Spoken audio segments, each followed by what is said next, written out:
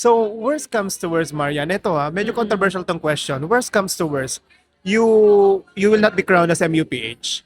Oh. What crown are you eyeing for? Marian, how do you feel right now na ito yung batch na ang lala? Ang lala ng batch na Saan to. 2.0? Sa 2.0. Tapos para sa akin, ito yung best batch ever kasi ang dami yung pwedeng koronahan eh. Di ba? Real siya, real. Real. Hindi siya fake news. Yes, talaga siya fake. So, Oh, mga- hi guys! Hello po, magandang hapon. Magandang umaga, magandang hapon, magandang gabi. Gabi. Welcome to our podcast na Imbag Garabi Kada Kayo Amin, Imbag Bigat. Ngarabi. So, we're both Ilocanos, Marian and I. So, let's introduce ourselves. I'm Ken from The Pageant Guy, and here's... Shock ni Marian Arellano from Tarlac Tarlac. Province. Okay, Yeah. honestly guys, nasabi ko na sa YouTube podcast ko na she's my personal bias. Oh my God. Now you know why? Because she's an Ilocana. Ado nga salamat. Ano ka pa nagyaman? Yes. So, paano ka naging Ilocano, Marian? Oh, si Papa ko po. Papa mo is From Pura Tarlac. Pura Yes, Tara. Your Ilocano. mom is... From Pangasinan. Northern talaga. So, Northern solid talaga. North talaga. Oo. Oh my God, talagang T-Plex team. T-Flex talaga. Oo, di ba? Real siya, real. Real. Hindi siya fake news. Yes, talaga siya fake. So I'm so happy that Ilocanos are being represented right now. Marian, nakikita mo na yung pangalan mo as early as now sa mga hot picks, sa mga early favorites. How do you feel about it? To be honest, sobrang nakaka-overwhelm. Pero at the same time, I will make sure na lang na ginagawa ko yung best ko and nag-enjoy at the same time. Super blessed. Maraming salamat po sa inyong support. Grabe, Marian, no? Why do you think that you are being likened by pageant analysts, by pageant critics, and by pageant fans? Siguro, real lang yung pinapakita ko, genuine, and nakikita nila na nag-enjoy lang talaga ako dito sa pageant ng Miss Universe Philippines. So kumbaga, you're in a competition mode. However, you're not really that on the fighting always. Kumbaga parang Yes. enjoying also every moment. And that's That's good. real. Totoo, yun lang. And nag-enjoy lang talaga ako. And every time na lumalabas ako, I make sure na yung best yung pinapakita ko. Marian, how do you feel right now na ito yung batch na ang lala? Ang lala ng batch na Saan to. 2.0? Sa 2.0. Tapos para sa akin, ito yung best batch ever kasi ang dami yung pwedeng koronahan eh. From newbies to frontrunners and veterans. Na parang, wait, ba't ang dami nyo? Ba't ang dami nyo? Ang hirap Sobra ba? pumili? Sobrang Oh, sobra. Ang hirap pumili talaga. So Marian, ngayon, ano yung feeling nun na nandito ka sa batch na ito? Sobrang unforgettable yung experience kasi mix of veterans, newbies, at the same time sa backstage or behind the scenes, sobrang nag-enjoy kami mga candidates. Super yung banding namin, and then mas nakikilala namin yung isa't isa. So, sisterhood talaga at the same time. Competition pero positive side. Kumbaga hindi yung toxic Yes, competition. super solid ng batch na to, I can say. Sobra talagang solid na to. Quality talaga. I mean, parang ako, being one of the pageant persons na nai-involve rin sa pageantry. For me, kung halimbawa, ako yung nag-handle sa inyo, baka mahirapan ako sino ipifeed ko. Sino ipupush Yes, ko. ang hirap. Sa isang araw, parang ang hirap pagkasyahin Ang na hirap pagkasyahin. i-feature lahat. Dami. So, ngayon, you're with Aces and Queens, tama? Yes, Aces and Queens. So, ano yung nagbago sa'yo during the time that you were trained by them?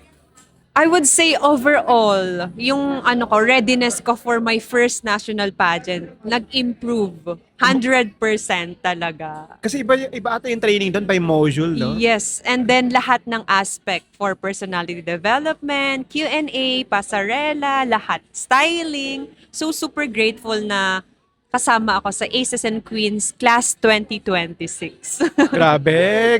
Talagang naghahandaan tayo. Naghahanda talaga. So, worst comes to worst, Marian. Ito medyo controversial tong question. Worst comes to worst, you will not be crowned as MUPH. Oh. What crown are you eyeing for? Any crown naman, but I'm eyeing for Supra talaga. Oh. Yes. Oh, it's not a secret anymore. Actually, binabalidate mo na rin yung sinasabi ng mga fans. Oh, yeah, I'm reading them. Nabikasa mo Yes, yun? yung mga comments nila. And super nakakataba ng puso kasi kinukonsider nila ako sa crown na yon. Well, So, thank you talaga ng madami. But if you see Marian in person, guys, she's a mix of Janine Togonon and Krishna Gravides. Thank you.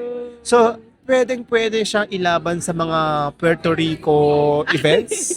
Sana. Actually, kung halimbawa siya yung MUPH naman, si Maria ng winner natin sa Miss Universe Philippines, I think like, hindi siya magbe-blend sa mga Latina but she will stand out among the Latinas. Kasi yung features mo, still Pure Filipina. pure Filipina, di ba? And then you stand tall. So matangkad sa'yo, mama, papa mo? Both. Matangkad talaga lahi nyo. Super. Ayun po yung lahi namin. Arellano and De La Cruz family. Matatangkad. Sa inyo bang Arellano University? Sana nga po sa amin eh. Ang corny, no? Kasi I just want this conversation to be fun and light. I'm enjoying. Super. Super relax.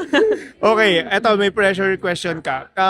Among all the Miss Universe that we produce here in the Philippines, Gloria Diaz, Margie Moran, Catriona Gray, and Pia Wurtzbach, who's your favorite? Oh, nasabi ko na sa lahat ng interview, it would be Pia talaga. Why Pia? Super morena and super Filipina din ng feature niya. At the same time, grabe yung gracefulness na yung confidence niya. And I really be like Pia someday. Alam mo, isa pang reason kung bakit, ako rin maka-Pia ko eh. Kung isa pang bakit si Pia among all, pareho tayo ng English, matigas ang dila natin eh. Yes, Ilocano po talaga. Ayun po yung isa sa weakness ko. Pero I think it's my advantage. Makaklasify mo talagang, ay, Ilocana and Filipina. Kasi si Pia is from Mindanao, Cagayan de Oro City. Tapos yung English niya, tama naman, maganda naman yung thoughts and all. Kaya lang matigas kasi yung Yes. dila niya. Parang Oo. tayo naman from the north, dahil matigas yung dila natin, we talk the same way. Tama, di ba? Yun nga yung mga comments din na naririnig ko, yung com skills, ganyan, yung accent. Pero, guys, we should embrace being Ilocana, di ba? Pero more than kasi doon sa English na accent and all, it's the content. Yes. So And then, remember maging that. relatable ka din sa ibang Yes, tao. be Yun yung relatable. mahalaga. Okay, invite your friends, invite your supporters to support you, Marian. To all the Tarlakeños and to everyone who are supporting me, first of all, maraming salamat po. And you can support me by following me sa lahat ng social media platforms ko, Marian Arellano, at Facebook, TikTok, and IG. See you there. Maraming salamat. Okay, Team Tiplex, Team Ilocano, Team Northern Luzon, Team Luzon, Ilaban natin to. Central Luzon, basta team, Lahat ng team. lahat ng team. And there is a Ilocanos, also there are Ilocanos in Mindanao and Visayas. Oh, I've yes, met all over some. the world. All over the world. So support our Ilocana Queen, Mariana Arellano. Thank Salamat. you po. Nice meeting you po again. Finally. And nakilala ko din po kayo through our small interview. Maraming Para wala salamat. interview, no? Kaya nga po, ang sarap, nakaupo, and then casual, saya, super. Hindi kaya kay Luis na very formal. Yes. And umiyak, may time pa ako. Nakita You watch ko yun, my Sabi ko, hindi na ako mysterious. Kasi first time ko mag-voice out sa media. Kaya that's the reason why I really wanted the interview to be light. Kasi your recent interview is very mabigat. Yeah, heavy. Heavy. Thank you, Mariana. Thank you po so much. Thank you mga Thank you. Ilocano.